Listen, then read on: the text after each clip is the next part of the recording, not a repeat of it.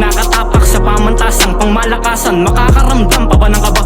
Malamang makadama ng kakaiba, pero dama ko na iba nga ako sa kanila. Kaya ba nila nga pulahin ang salita? Pag lumikha ng apoy o baka mabalisa, pag ako nakaisa para maging batikan, markado na kung sino ang mga babalikan. Pangarap na kami at akin na nahalikan, mga tumulong magtanim kasama sa anihan. Mga taong nakasama na niwalat na nandigan na hindi nag-iisa. Kahit pa magkagipitan, mababata ka, pamilya at tambayan, kaibigan na nagbibigay motibo para lang ng pagigihan ng pagkasabik na makapanik.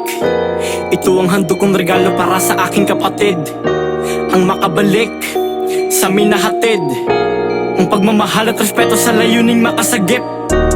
Pagkasabik na makapanik. Ito ang handog kong regalo para sa aking kapatid, ang makabalik sa minahatid, ang pagmamahal at respeto sa layuning makasagip. Pangarap na lagi kong niroromansa ay merong kalalabasan. Humanap kumamig hindi lang ng tsansa. Palagi tong maparaan sa mga nagsabing hindi ko to kaya. Mapapahiya ka na lang dito sa laro ng mundo na madaya. Mautak kong tatayaan.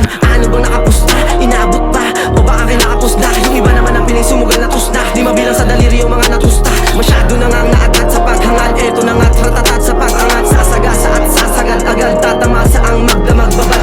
Mga tao na napili manatili sa paligid ang gigimik at kasama kong lulutang. Di na bago pag ako ay nanahimik, pinipilit makaisip ng pagkain mo sa utak. Usap-usap para makausad, kalimutan pabayaan makukupad. Para sa inalagaan ko sa pugad, ipakalat ang aking mga nasulat. Unlimited gas, di na tipid mas, pinipili ko palagi mamuhunan. Iba bumigkas, kaya naligtas ko yung nadapa meron kapupulutan. Kahirapan, ang kinalaban, lang kinalaman. Akin na lamang, sinaga, ginanahan, ginagapang. Masakit na katotohanan, inagapan.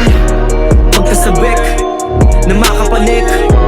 Ito ang handog kong regalo para sa aking kapatid, ang makabalik sa amin na hatid, ang pagmamahal at respeto layunin na makasagip. Pagkasabik na makapanik. Ito ang handog kong regalo para sa aking kapatid, ang makabalik sa amin na hatid, ang pagmamahal at respeto layunin